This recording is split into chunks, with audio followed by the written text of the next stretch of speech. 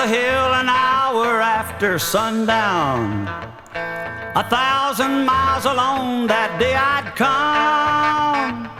As I looked across the water at the city in the fog, I knew at last that I had found a home.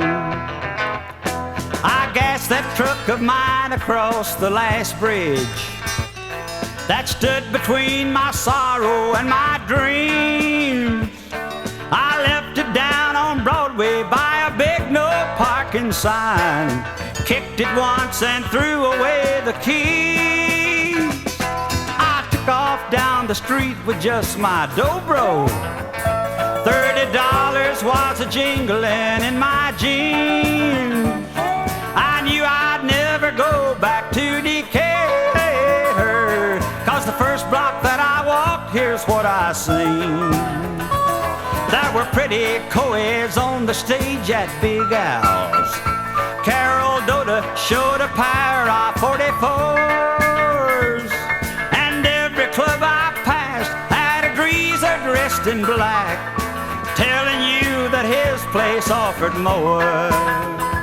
Well, I didn't let them con me, I kept walking, just smiled and waved and said, I'll see you, Chief.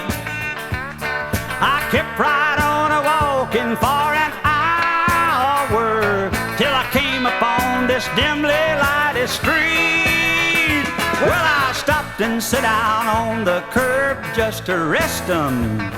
I heard a fiddle play a country tune. As I reached the swinging doors, a banjo's ringing melody sang, welcome country boy to Paul's Saloon.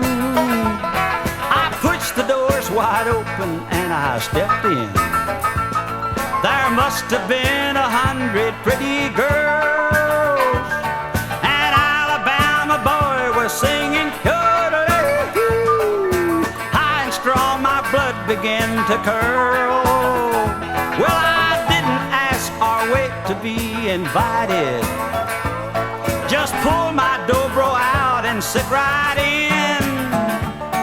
And from that moment on I lived in heaven, though the folks back home would say I live in sin. 1,000 girls have passed between these two arms, and 1,000,000 drinks have turned my liver green. And though it's 3 a.m. my phone just rang, boys, it's Becky and Bertie coming over primed and free. They tell me now that I should take it easy. You know I had a heart attack just last June. But tomorrow